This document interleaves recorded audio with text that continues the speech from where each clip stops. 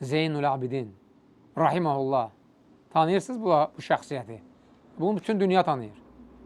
Əhl-i Beytdən 4-cü imam, hamımızın ən çox sevdiyi böyük şəxsiyyətlərdən birinin övladıdır. İmam Hüseyin radiyallahu anh'ın oğlu Əli. Əli İbn Hüseyin, İbn Əli, İbn Əbi Talib. Ləqəbidir Zeynul Abidin. Zeynul Abidin vəfat edir. Qohum əqrabası, yaxınları, ailə üzvləri yuyurlar cənazəni, kəfənləyirlər, dəfn eləyirlər. Yuyarkən, cənazəni yuyarkən, baxırlar ki, çiynində bunun iz var. Buradan bu iz gəlir bura qədər, şıram.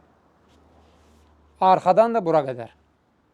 Elə bir kimsə bunu qamçı ilə uzun müddət döyüb, bu iz qalıb bunda, bu bədənində. Ailə üzvləri heç kəs mat-məəttəl, ən yaxın ailəsi belə, həyat yoldaşı belə birinci dəfə edə bilir, görür onu, bu izi.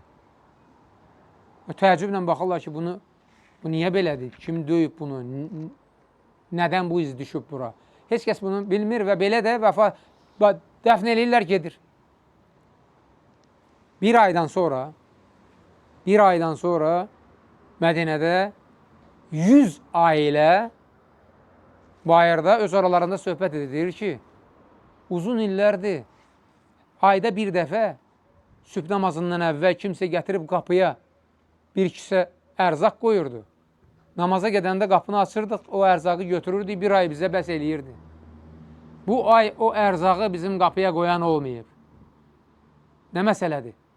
Üstü açılır. 100 ailəyə, 100 qapıya özü daşıyırmış bu kisələri.